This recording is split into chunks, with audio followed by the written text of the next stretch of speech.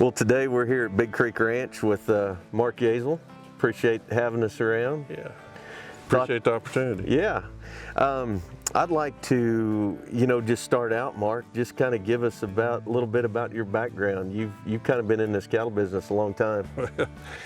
Yeah, it happened pretty quick. Got old fast. No, when I got out of college, I was able to land a feedlot manager's job out in western Kansas, and went out there and got a real education. Dream come true, huh? Yeah, dream come true. And I spent a few years out there, and then had the opportunity to get in the sale barn business and started an order buying company, and I did that for a few years. And actually we started our own order buying company. We built some grow yards, and through our order buying business, we got a lot of this country that we're in now, and started doing some ranch consulting businesses. And we have, at the present time, we have our own operation, and we manage 3 other ranches besides that at this time. We run, right at the present time, we're running about 5,000 head of mother cows, and then there's about 4,000 yearlings scattered around here. But we come out here in 2013. I was going to let the kids have the grow yards, and I was going to do my little order buying business and run these ranches and kind of slow down, but it hadn't worked out too well. Right.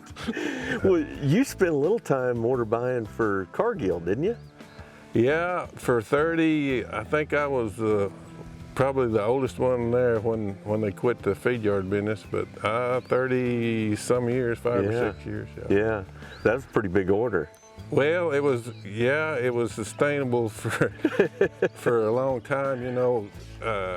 Zay Gilbert that put that together, wanted to hire me out of college when I was at OSU, and he called me, and I was managing the bull test station for OSU at that time, and he told me, "Mark, we're going to feed 300,000 cattle a year." And I thought, I got 300 bulls in this bull test, and I can't keep up. I said, "Zay, you're going to be way too big for me." But as it turned out, I called him a couple years later and told him that I was going to start my order buying business, and we flew out to Groover, and before I left that day, I had the order, and it was good for a long time. Yeah.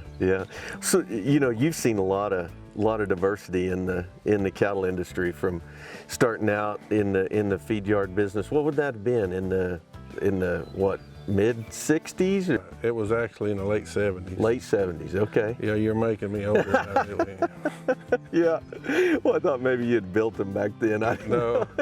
No, I graduated from OSU in 78. Okay. And went right straight to it. Yeah. To the feed yards in, as far as changing, it's, well, nothing stays the same very long in this business anymore. That's right. Yeah. Very diversified. Yeah. So what do you, from back in the late 70s to where we're at today, we're gridding a lot of cattle. We're having a hard time determining what the market is on these cattle. How are you functioning today different than you did, 10, 15, 20 years ago? Well, that's kind of a double-edged sword for us. It's tougher. A lot of these feed yards, these bigger corporate deals, are working strictly off meal margin. Yeah. And it's a tough deal. The grid's pretty much all that's saving us now, because we're able to clip, well, depending on the market and the time, but from 80 to 150 bucks a head off the grid, having to use 3 different grids to get there. Yeah. It's the days of the guys coming out there and walking through the pens and you trading on the cattle, that's all. I miss that, but it's all over. Yeah. Today it happens in 30, 40 minutes and it's over, and for the week. Yeah. yeah. Well, you know, I was fortunate enough to get in the feed yard business kind of when those grids were really getting to rolling, and there's a lot of controversy today in formula-based pricing, but to me, it seems like we've used that to really kind of grow demand. It seems like to me, when you're sitting here, even the select cutout over $300 today, there's something going right, it seems like. Yeah. Well, and that's one reason I said it's a double-edged sword. We're kind of finally getting paid for what we raise. Yeah. You know, we're not getting paid what we should, but at least we're getting some benefit out of doing what we're supposed to. That's right. That's right. Well, you know, we've kind of gotten reacquainted since my days back in Alva, but when you first heard of this extruded high-fat DDG cube, what was the first thing that crossed your mind? Well, you know, I was one of the first guys out there in that country to start feeding a lot of distillers grain, and we actually bought a lot of it and fed what we couldn't feed. We sold to the smaller feed yards around that area. Yeah. And that's another double-edged sword. It was great in those feed yards, grow yards, starting calves. You know, those high-stressed calves that we all have spent. Yeah. Half our life trying to straighten out. You know, that wet distiller's grain made it a whole lot easier to get those cattle started on feed. So I really, really, really liked the product, and I thought all along that, man, if they could make a cube out of this, it would be awesome. But for years they tried. Yeah. And for years the cube, I mean, we got to feed cubes on the ground and they wouldn't hold together. But right. Now the processes and stuff that they've got, I think it's going to be a huge plus for this ranching industry,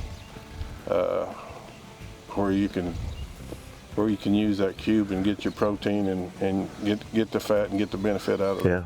I think it'll have a huge impact.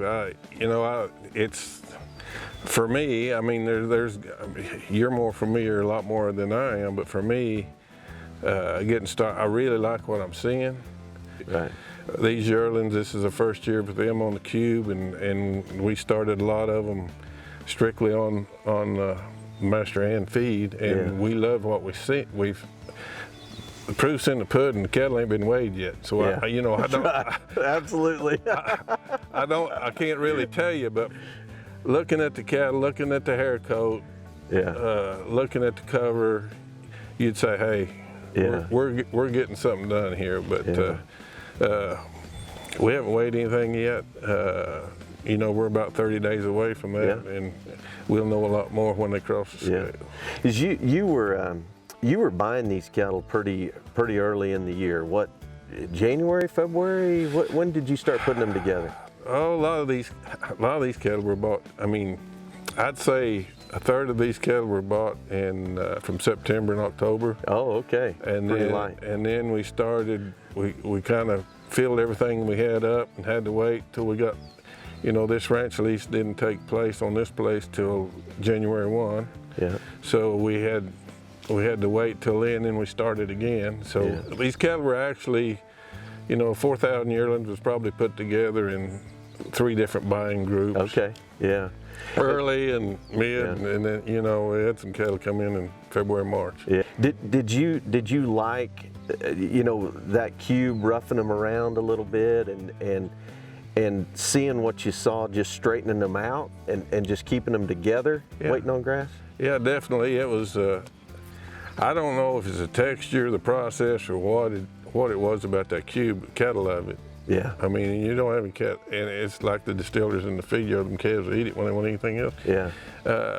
Cattle come to it good. It's kind of the funny part for me was listening to you line 300 or 400 of them up on a cake line and just sit back and listen, and it sounds like crunch. So you know the cube's got to be pretty good. Yeah. But no, it was. So far, I'm really impressed with what I'm seeing. Well, good.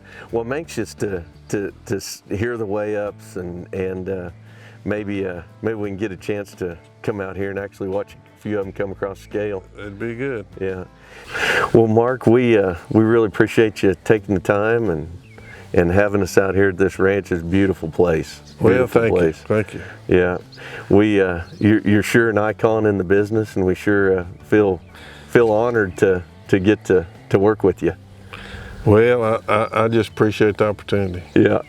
Thanks, sir. Yeah. Thank you.